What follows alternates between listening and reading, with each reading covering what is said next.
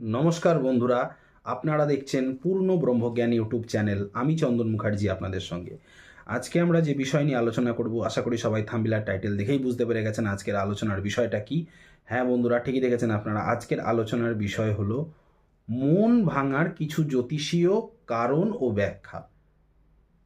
বিবাহিত জীবনের পূর্বে বা বিবাহিত জীবনের পর, মোট কথা আপনার মন ভাঙার কিছু জ্যোতিষীয় কারণ বা ব্যাখ্যা, মানে জন্মছকে কোন ধরনের গ্রহ সংযোগ থাকলে আপনার জীবনে মন ভাঙবেই। তা কোন দিক থেকে ভাঙবে সেগুলো যদি আগে থাকতে জানতে পারেন তাহলে তার প্রতিকার প্রতিবিধান করতেই পারবেন। তো সেই উদ্দেশ্যে ভিডিওটা বানানো। ধৈর্য সহকারে যে সকল ব্যক্তিরা শেষ পর্যন্ত সঙ্গে থাকবেন তারাই কিন্তু ফুল ইনফরমেশনটা পাবেন, নচেত কিন্তু নয়। তো চলুন শুরু করা যাক। দেখুন, যদি কারো জন্মছককে লগ্ন সাপেক্ষে সপ্তম ভাবটি, ভাবপতি নয় কিন্তু সপ্তম ভাবটি যদি পীড়িত হয়, পীড়িত মানে ধরে নিন সপ্তম ঘরে কোনো নেগেটিভ গ্রহ, নৈসর্গিক নেগেটিভ গ্রহ গিয়ে বসে রয়েছে বা নেগেটিভ গ্রহ সপ্তম ভাবটায় দৃষ্টি দিচ্ছে, তাহলে জানবেন সম্পর্কের মধ্যে বিশ্বাস থাকবে না। আপনাদের হাজব্যান্ড ওয়াইফের সম্পর্ক, সেই সম্পর্কের মধ্যে বিশ্বাস বলে জিনিসটা থাকবে না। যদি দেখেন আপনার জন্মছকের সপ্তমভাবে, লগ্ন সাপেক্ষে সপ্তমভাবে কেতু বসে রয়েছে, তাহলে জানবেন যে মেন্টাল সেপারেশন, অর্থাৎ ভালোবাসা, মানে ভালোবাসার মানুষটার প্রতি ভালোবাসা যে কখন উঠে যাবে সেটা আপনি বুঝতেই পারবেন না, অথচ এক ঘরে আছেন, কিন্তু মন থেকে কিন্তু সম্পর্কটা আর টিকে নেই। সেই আঁটো সাঁটো ভাবনা নেই কবেই মন থেকে। ঠিক আছে, মিলিয়ে নেবেন কথাগুলি। আর যদি আপনার মানে লগ্ন সাপেক্ষে, জন্ম লগ্ন সাপেক্ষে সপ্তম ভাবে, লগ্ন সাপেক্ষে সপ্তম ভাবে যদি রাহুর, স্পেশালি রাহুর কথা বলছি, কিন্তু শুধুমাত্র জন্ম ছকে লগ্ন সাপেক্ষে সপ্তম ভাবে রাহুর দ্বাদশ দৃষ্টি কিংবা পঞ্চম কিংবা নবম দৃষ্টি যদি থাকে, সপ্তম অ্যালাউড নেই এক্ষেত্রে, লগ্নে বসা সপ্তমের অ্যালাউড দৃষ্টি নেই। রাহুর যদি দ্বাদশ দৃষ্টি কিংবা নবম কিংবা পঞ্চম দৃষ্টি যদি আপনার সপ্তম ভাবে থাকে, সেক্ষেত্রে জানবেন আপনাদের বিবাহিত জীবনের সম্পর্কে সন্দেহ ঢুকে যাবে। তাহলে সপ্তম ভাবটায়, আপনার লগ্ন সাপেক্ষে সপ্তম ভাবটায় যদি রাহুর দৃষ্টি পড়ে, পঞ্চম নবম কিংবা দ্বাদশ দৃষ্টি, তাহলে সম্পর্কের মধ্যে সন্দেহ ঢুকবে। এটা বুঝলেন তো? আর প্রথম সূত্রটা কি ছিল, যে ওই সপ্তম ভাবটাই যদি ড্যামেজ হয়, নেগেটিভ গ্রহ বসে আছে বা নেগেটিভ গ্রহ দৃষ্টি দিচ্ছে, তাহলে কিন্তু বিশ্বাসটা উঠে যাবে রিলেশনশিপের মধ্যে। দুটোর মধ্যে পার্থক্য রয়েছে। ঠিক আছে, আর এবার বলছি, যদি আপনার জন্ম ছকে চন্দ্রের ওপর শনির দৃষ্টি কিংবা চন্দ্র শনি একত্রে বসে থাকে, এটাকে বলা হয় পুনর্ফুযোগ যদি থাকে, জেনে রাখবেন আপনি দৃঢ়তার সাথে কাউকে বলতে পারবেন না যে আমি অমুক ব্যক্তিটাকে ভালোবাসি, বা বলতে পছন্দও করবেন না, লুকিয়ে রাখতে পছন্দ করবে। কেন? আপনাদের ভালোবাসার পরিপক্কতা নেই, যেটাকে বলা হয় কমপ্লিকেটেড সম্পর্ক। আপনি নিজেই জানেন না এটা এটা এই এই ভালোবাসাটা পাকবে কি পাকবে না, মানে প্রেমটা সফল, ভালোবাসাটা বিয়ের মালা অবধি যাবে কি যাবে না। যদি জন্মছকে চন্দ্র শনি সম্পর্ক থাকে, দেখবেন প্রচুর বার, মানে আপনার বিবাহিত প্রস্তাব হবে আবার কেটে যাবে। মিলিয়ে নেবেন, এগুলো ব্যক্তিগত, মিলিয়ে নেবেন ফর্মুলাগুলি, একদম জলজ্যান্ত তাজা ফর্মুলা দিচ্ছি। যদি আপনার জন্মছকে শনির তৃতীয় কিংবা দশম দৃষ্টি শুক্রের ওপর পড়ে, কিংবা এটাও হয় যে শুক্র শনি একে অপরের সমসপ্তমে বসা, হয় শনির দৃষ্টি শুক্রের ওপর অথবা শুক্র শনি সমসপ্তমে বসা, সেক্ষেত্রে জানবেন আপনার জীবনে একটা লম্বা সময়ের পর ভালোবাসা আসবে, ততদিন পর্যন্ত আপনার মন ভেঙে যাবে। আপনি হয়তো দরজা বন্ধ করে কাঁদতে থাকবেন ভগবানের কাছে যে হে প্রভু, আমার জীবনটা তুমি দিলে কিন্তু ভালোবাসা একটাও দিলে না। কিন্তু অতি অবশ্যই শনির দৃষ্টি শুক্রের ওপর, মানে লম্বা সময় হলো, আপনার 28 বছর বয়স, আপনি 27 বছর বয়স, আপনার 29 বছর বয়স, কিন্তু আপনি ভালোবাসা পাবেন, মিলিয়ে নেবেন কথাটা। কিন্তু যদি শুক্র শনি একত্রে জন্মছকে কোথাও বসে থাকে, সেটা কিন্তু বিবাহ বিচ্ছেদের যোগ। অতি অবশ্যই সব ক্ষেত্রে নয়, 2-1% কিন্তু ব্যতিক্রম আছে, 98% বললাম শুক্র শনি একত্রে জন্মছকে থাকলে বিবাহ বিচ্ছেদ হয়। এবার 2-1% কীরকম, যদি ধরেন বৃহস্পতির দৃষ্টি রয়েছে, বা দেখা গেল শুক্র শনি তো একত্রে বসে রয়েছে, সেই শুক্র শনি যেখানে একত্রে বসে রয়েছে সেটা শুভ ভাব, 6, 8, 12 নয়, 1-2% আলাদা 98% আমি দেখেছি বিবাহ বিচ্ছেদ হয়। ঠিক আছে, তার আগে একটা ছোট্ট কথা বলবো, কেন ভিডিওটা অনেক লেন্দি হবে, এখন অনেক ফর্মুলা রয়েছে। ভিডিওটা যদি ভালো লাগতে শুরু করে থাকে বন্ধু, একটা লাইক করবেন, কমেন্ট করবেন, শেয়ার করবেন। চ্যানেলটিতে নতুন হয়ে থাকলে সাবস্ক্রাইব বাটনটিতে প্রেস করে নোটিফিকেশানে গিয়ে অলে গিয়ে অন দেওয়াবেন, যার ফলে আমার তৈরি ভিডিও বেরোতেই সবার প্রথম আপনারা পাবেন। এবং আমাকে দিয়ে যদি কনসাল্ট করাতে হয়, অবশ্যই পেয়েবল, যদি কনসাল্ট করাতে হয় স্ক্রিনে দেওয়া নাম্বারে কল বা হোয়াটসঅ্যাপ করে যোগাযোগ করতে পারেন।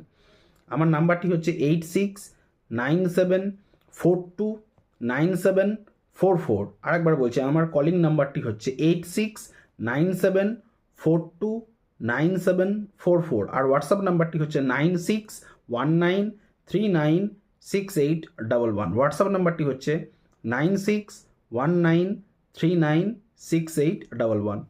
একটা জিনিস মেনটেন করে চলবেন, কলিং নাম্বারে কেউ হোয়াটসঅ্যাপ করবেন না, হোয়াটসঅ্যাপ নাম্বারে কেউ কল করবেন না। তো চলুন শুরু করা যাক। দেখুন, আপনার জন্মছকে শুক্র গ্রহটা যদি 6, 8 কিংবা দ্বাদশে বসে থাকে এবং সেই ঘরটি যদি তার নিজ স্বক্ষেত্র না হয়, নিজের উচ্চক্ষেত্র না হয়, আপনার জন্মছকে লগ্ন সাপেক্ষে শুক্রটা যদি 6, 8, 12তে বসে থাকে এবং সেই ঘরটা যদি তার স্বক্ষেত্র না হয়, তার উচ্চক্ষেত্র না হয়, তাহলে জীবনে আপনি সত্যিকারের ভালোবাসা পাবেন না। সারা জীবন মিলিয়ে নেবেন, ভালোবাসার ভিখারি আপনি, ভালোবাসার কাঙাল আপনি।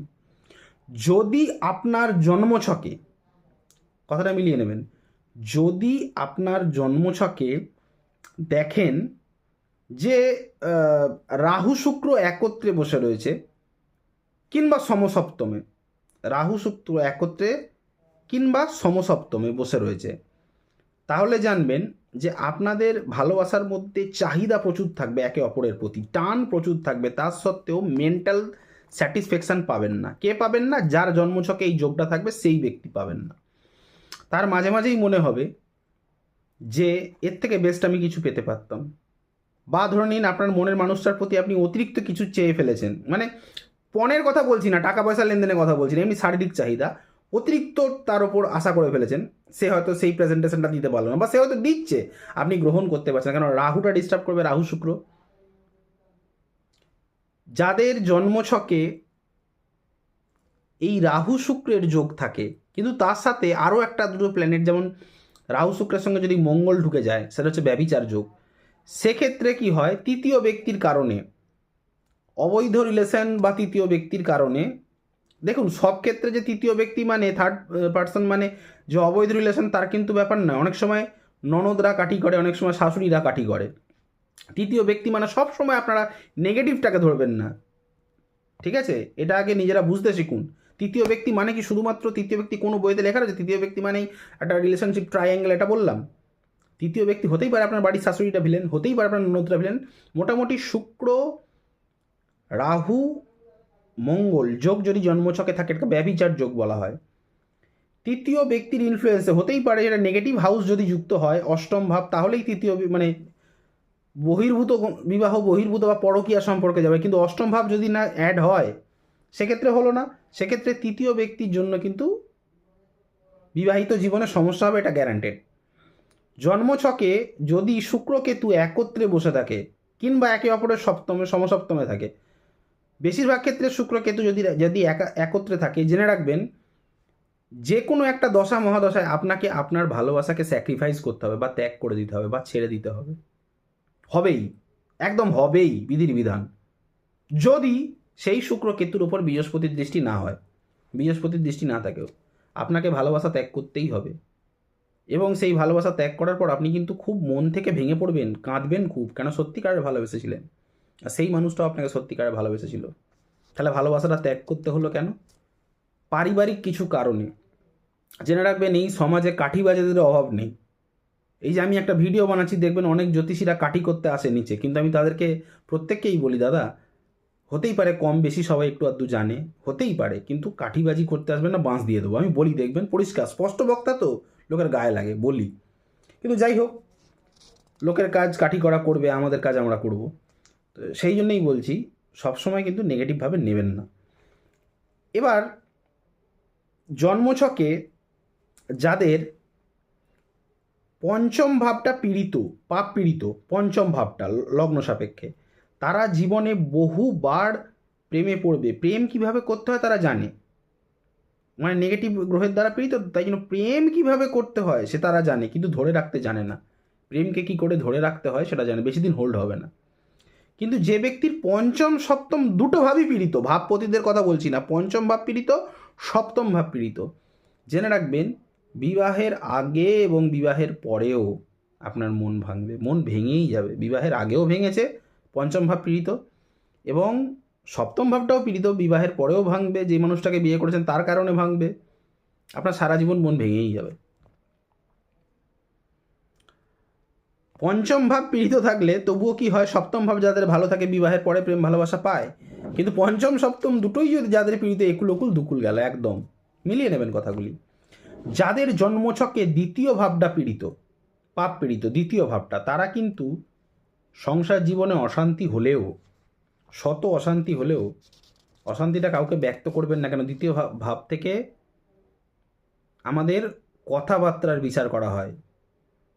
তাই দ্বিতীয় ভাব আপনি যদি কাউকে ব্যক্ত করে ফেলেন, সেটার মজা উড়ে যাবে, আরও বেশি সেটা নেগেটিভ প্রভাব আপনারা পাবেন। এবং যাদের জন্মছকে অষ্টম ভাব পীড়িত হয়, অষ্টম ভাব পীড়িত হলে জানবেন যে হঠাৎই জীবনে কিন্তু পরিবর্তন হতে পারে আপনার মনের মানুষটা, স্পেশালি কেন অষ্টম ভাব থেকে আপনার শ্বশুরবাড়ির বিচার করা হয়। ঠিক আছে, ভিডিওটা যদি ভালো লাগতে শুরু করে থাকে, লাইক কমেন্ট শেয়ার করবেন, আর এই ধরনের ভিডিও পেতে হলে আমার চ্যানেলটি সাবস্ক্রাইব করে রাখবেন। আমাকে কনসালটেশন পেতে হলে স্ক্রিনে দেওয়া নাম্বারে কল বা হোয়াটসঅ্যাপ করে যোগাযোগ করে নেবেন। আজ এখানেই রাখলাম, দেখা হচ্ছে নেক্সট কোনো ভিডিওতে, নেক্সট কোনো টপিকে। ততক্ষণ পর্যন্ত ভালো থাকুন, সুস্থ থাকুন, আর সুস্থ আপনার থাকতেই হবে। হরে কৃষ্ণ।